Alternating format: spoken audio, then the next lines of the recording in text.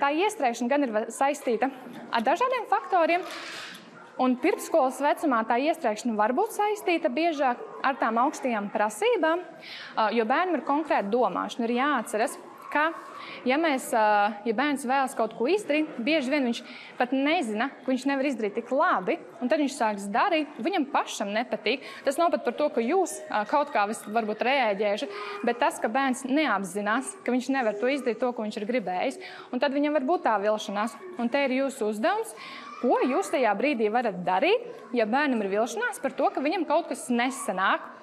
Un viena no lietām tipiski, ko darīt, ir normalizēt, ka tas ir normāli, ka tas, ko vēlējās bērns, viņam nesanāca. Un atkal dažādos veidos to var pateikt. Tu vari tieši tā arī pateikt, jā, tu gribēji, bet tev nesanāca, tas ir ļoti normāli. Bērns varbūt tās vēl joprojām būs neapmierināts, un tas arī ir normāli.